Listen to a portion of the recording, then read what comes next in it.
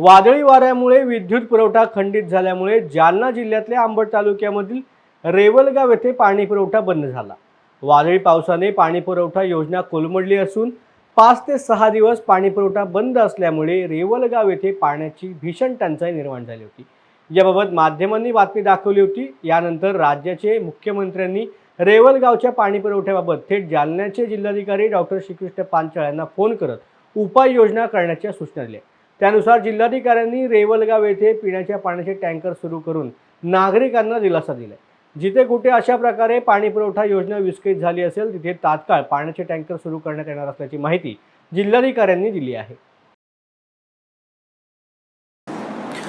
रेवलगाव येथे पाण्याची योजना होती, परंतु तिथे मागे काही दिवसापूर्वी वादळी वाऱ्यामुळे तिथली व्यवस्थेमध्ये प्रॉब्लेम आला होता। त्याच पद्धतीनं इलेक्ट्रिसिटी सप्लायमध्ये तिथे इश्यू आला होता।